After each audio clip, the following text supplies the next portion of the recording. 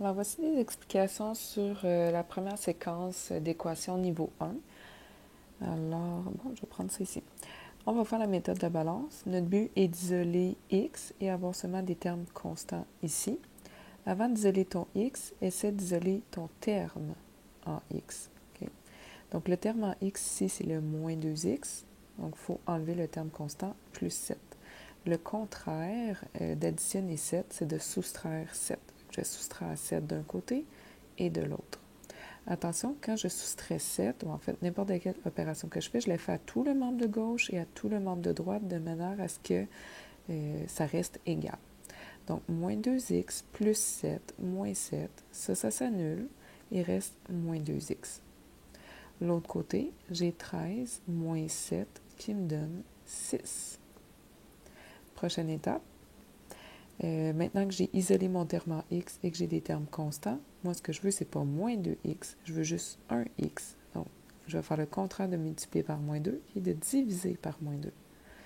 En divisant par moins 2 de chaque côté, ici, les moins 2 se simplifient, il me reste x, et 6 divisé par moins 2 me donne moins 3. Je vais aller valider ma réponse. L'équation, c'était moins 2x plus 7 égale 13.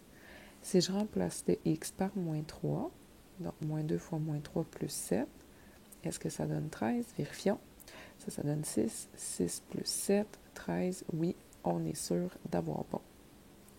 Prochaine équation. J'ai 12 qui est égal à 6 moins 10x. Okay? Donc, j'ai comme deux plateaux de balance là, qui sont vraiment égaux. Ce que je veux, c'est isoler mon terme en x.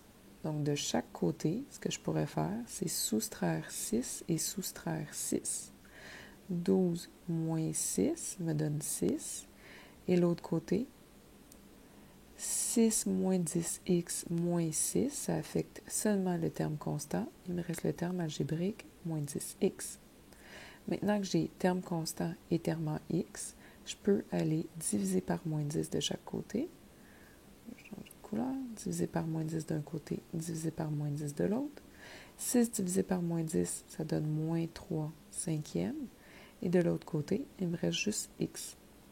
Une autre manière de faire celui-là, oups, c'est vrai, c'est moi qui ai écrit l'équation.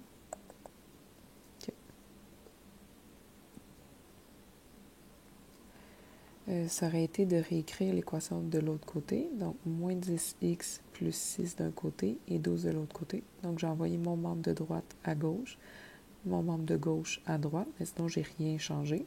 Okay. Et là, ce que je ferais, c'est que j'enlèverais le terme constant de 6, ça donne moins 10x. De l'autre côté, 12 moins 6 me donne 6. Je diviserai par moins 10 de chaque côté. Et ça me donne la même affaire que tantôt, moins 3 cinquièmes.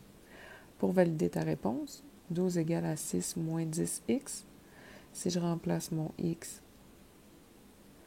par moins 3 cinquièmes, le 5 et le 10 s'annulent, il me reste 2. Moins 2 fois moins 3, j'ai plus 6. Fait que 12 est égal à 6 plus 6. Oui, c'est bon.